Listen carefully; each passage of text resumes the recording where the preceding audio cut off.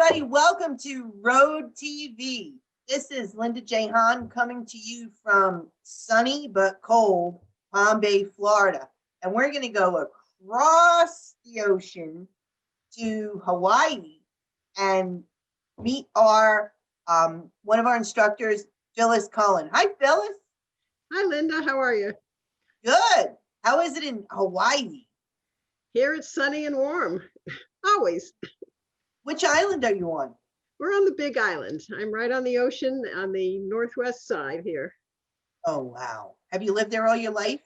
No, just since 2012, but I wouldn't go back. So we're going to talk to you about your classes that you're teaching at Road. Is this your first time? First time at Road, yeah. Are you excited? I am. I love Road. We're excited to have you. So let's get right into it before we talk about some other things. You have W, which is Wednesday.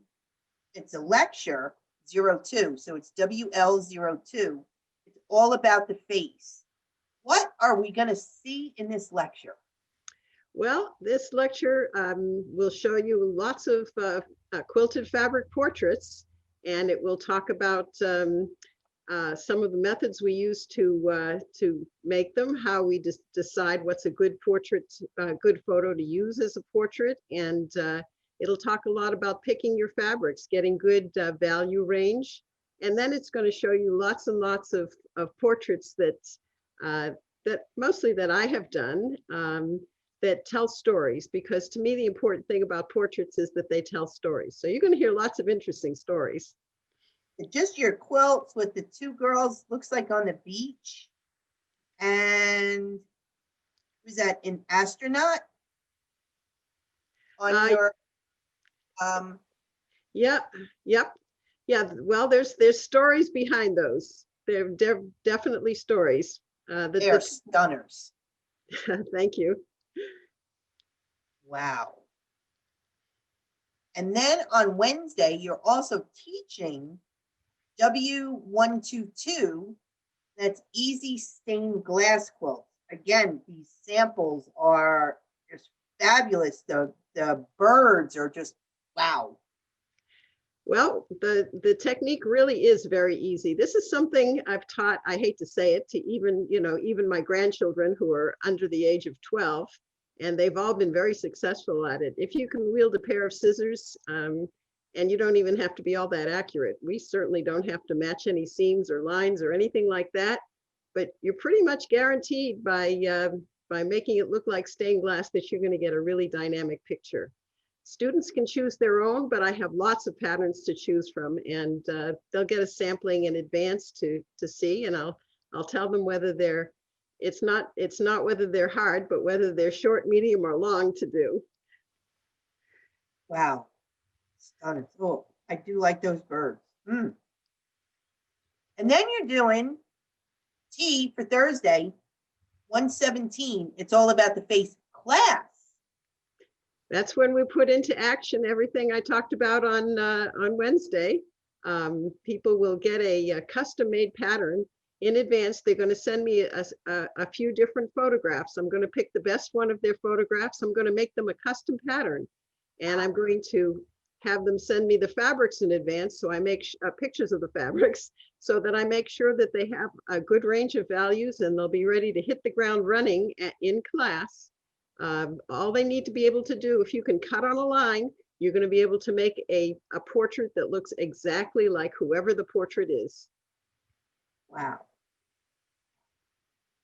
And then we have, excuse me, F124, wild fabric, animal, or bird collage. Again, I love the birds. Yeah, the birds are lots of fun.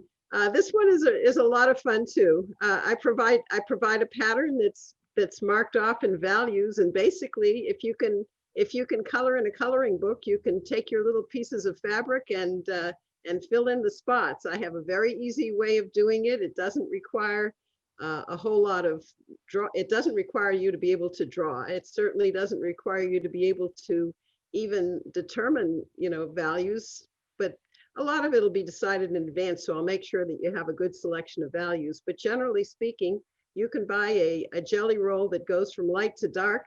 You'll have all the fabrics you need for this, and just a piece of steam a seam, and you're all set to go. Really, a jelly roll? That's fabulous. Wow. Wow. And then finally, we have S116, Lava Landscape, Fire on the Mountain. Tell us about this. Well, as you may know, one of the things we have here on the Big Island is a volcano that, you know, from time to time spews out a lot of lava, and it pours down the hills. And I have a really easy way to reproduce that. It's a very dramatic scene, but it's very easy with the hints that I'm going to give you and the instructions to make a scene with some nice bright lava coming down the mountains. We'll use a little bit of dyed painted cheesecloth. We'll use a little bit of batting to make the steam, and play with a few different embellishment materials. Maybe do a little bit of felting. Wow. So you're saying your skill level is kind of confident beginner? I would say for the as I say, I teach kids too, so. Pretty much anybody, you know, a beginner who's ready to experiment is fine. In order to finish the portraits or the stained glass, you might want to be able to do some free motion, but it can also be just done in you know, in lines, crisscross lines. So whatever your skill is, it may come out a little different. It's all going to be good. Wow. So it looks like you're in your studio, and it looks like you got a ton of fabric back there. I do. If you're going to paint with fabric rather than on fabric, you have to have a palette, and that's my palette back there. But for the classes, I will explain to people what they need, and you really won't have to have my whole wall of fabric, although it'd be fun to have you here and do it that way. Yeah. So let's talk COVID. What's COVID like on the Big Island? We don't have any COVID, basically. We have 1 or 2 cases a day. COVID is, the effect of COVID on our island is that 70% of our island is out of work because we haven't had the tourists here. And tourism is the big thing on this island. So those of us who are working remotely, and you know, I've obviously changed over, so all my classes are remote. Those of us who are working in any way are busily supporting the people here who are hungry. Our food bank, our total population is about 210,000. We're feeding, the food bank here is feeding 80,000 people. Wow. Wow. Oh. Not like that in Florida. No. It's a Wild West here. So let's talk about what else you do. Do you have any other things that you do besides quilting? I do. I love to do beadwork. Let me see if I can show you this piece. Oh, let me think. Let's see. Can you see that? I can. Okay, that's Wow. an idea. I love to do bead embroidery. I also like to play with clay, and I work with children a lot. And this is an interesting project that I do right here. I don't know if you can see this, but this is a little bracelet that I make with kids in the middle schools. And out of polymer clay, we make sticks and stones and bones, and put them together in a bracelet that says, "Words can hurt." And then the kids wear them, and it's an anti-bullying project. So if you have a classroom of kids that you think could benefit from this I do pro bono, free. It's my contribution to anti-bullying. Wow, that's really nice. Really nice. So do you have any furry friend, I shouldn't have Hawaii, feathered friend studio helpers? Oh, absolutely. I have You there? Okay. Hey, buddy. Come here. This is your moment to shine. Here we go. We all have our studio buddies, I think. Yeah, this here is Shadow. He likes to ride along when I'm pushing stuff under the sewing machine. He thinks my long arm is a hammock, and yeah, and you hold down the fabrics for me when they might blow away, right?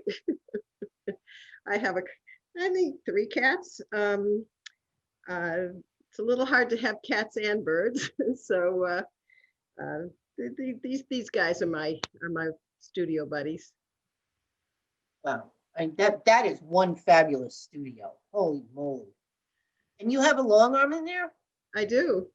Yep, right over there. Oops, I guess this is in the way. Okay. You see the long arm?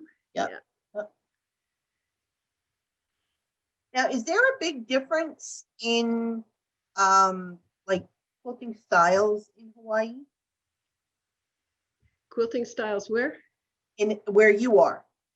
Well, there's certainly a lot of people keeping the old Hawaiian, snowflake appliques, what I like to call it, alive. So that's definitely a thing. But I think for me, being in Hawaii has just made my colors brighter. It's hard to look outside here and look at all the brightly colored flowers and the intense colors of all of the greenery, of the blue of the ocean. And so I think if you look at those stained glass pictures, you can see that I just love to use bright colors. Yeah. And how did you start quilting? And how did your whole style evolve? Well, I never actually was a traditional quilter. I was a painter, and I was also a full-time physician. And then I had 4 kids. So the painting was a problem because when I wanted to paint in between cases in the doctor's lounge, some of my colleagues objected to the smell of the turpentine. So I started bringing in little pieces of fabric and collaging them instead, which also worked better at home too, having paints around kids. And then I found out that painting with fabric rather than painting with paints gave me so much more. You have texture, you have the prints for design, and you have so many more options with fabric than you do with paint. So even though I occasionally paint, it's usually just as a prelude to creating a quilt. Wow. And you clearly do your own quilting. Yes. So you probably have like massive amounts of thread too. Yeah, I have a whole wall of thread too. Yeah. Is it hard to get like fabrics and threads? Do you have to order from the States? And the funny thing is that on this island, we have 12 fabric stores. Really? Yeah, with a population of 215,000, we have lots of fabric available. People come here for vacation, and I take them to the fabric stores. They go home with suitcases full of bright floral Hawaiian fabrics, as well as lots of Oriental fabrics. We have a very large Asian population here, and we have a lot of Japanese fabric stores. So we're not at a loss for fabrics. I try to support the local ones. I do teach at the local quilt shops, and I certainly try to support them by buying as much of my fabric there as I can. Of course, when I come to road to California or Houston, we all stock up too. Yeah. Oh yeah. Oh yeah. My suitcase when I came there, I couldn't get any more in. So between the suitcase and the wine, the fabric and the wine, I just you got your 2 main essentials there. Yeah. The Mexican wine and the Hawaiian fabrics. Yep. How far is it to it's Japan? How far to Japan from here? Yeah. Our islands are the most isolated set of islands anywhere in the world. We're 2,500 miles from mainland US and 3,500 miles from Japan. Oh, so it's long. It's a longer flight. It's further to Japan, yeah. Wow.